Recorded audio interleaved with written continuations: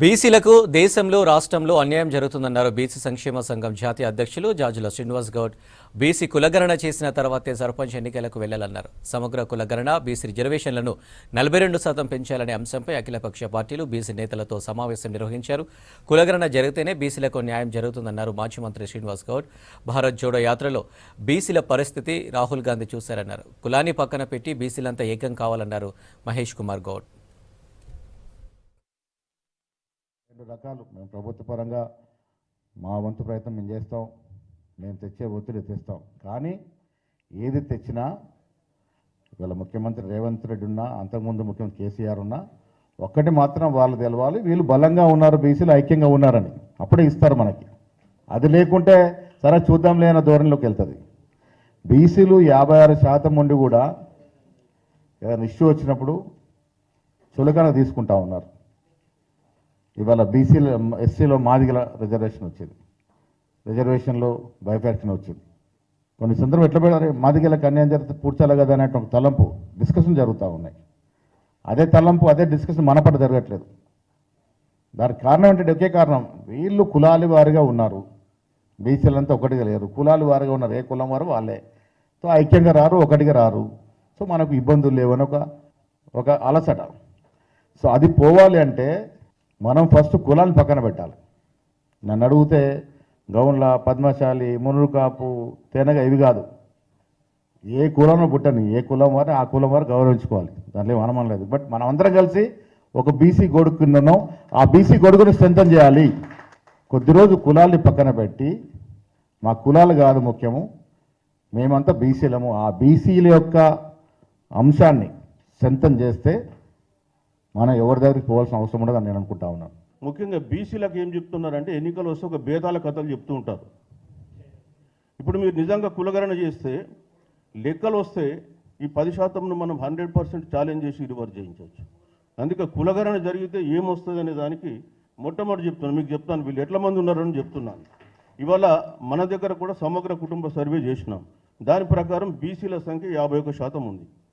Muslims 13% ఉన్నారు, 14% ఉన్నారు. ఇప్పుడు 14%లో 10% బీసీల కిందనే వస్తారు.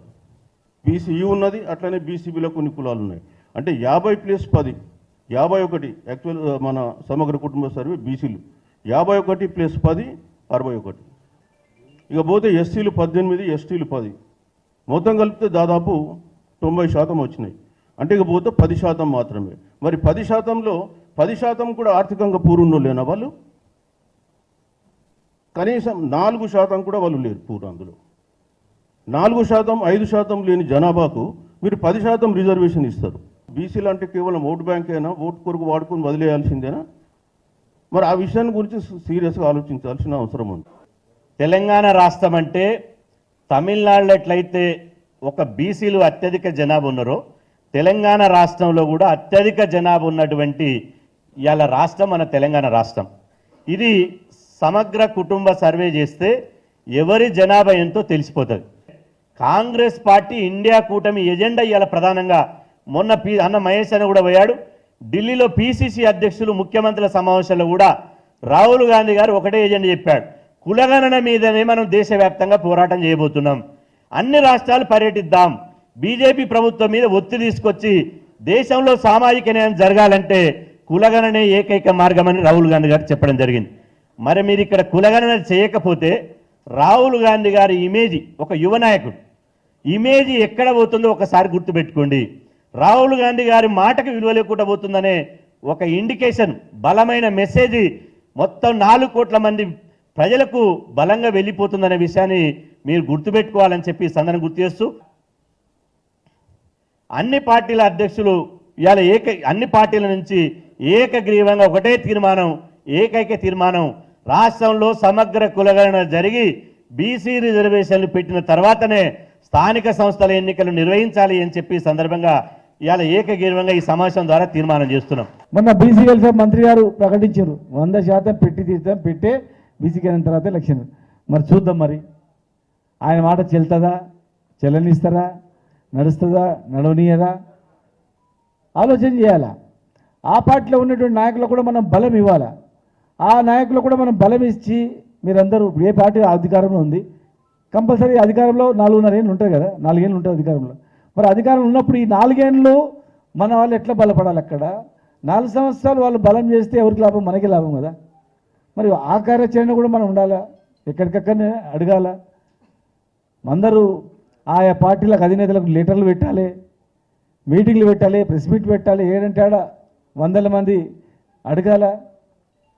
ఇలా మనం సమయం వచ్చినప్పుడు అడగకపోతే కాదు.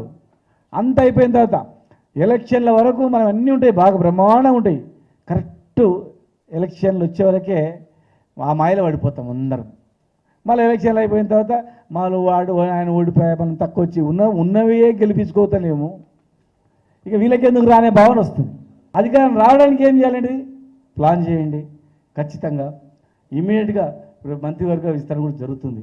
మరి ఒక బాధ్యత గల మనం కూడా మంత్రివర్గ విస్తరణలో కూడా రేపు మరి బీసీలకు ఎంత శాతం రావాలి, ఎన్ని ఇవ్వాలి, అది కూడా దాని మీద దృష్టి పెట్టండి. ఖచ్చితంగా కులగణను జరిగేటట్లు ఒత్తిడి తీసుకొచ్చి చేసుకు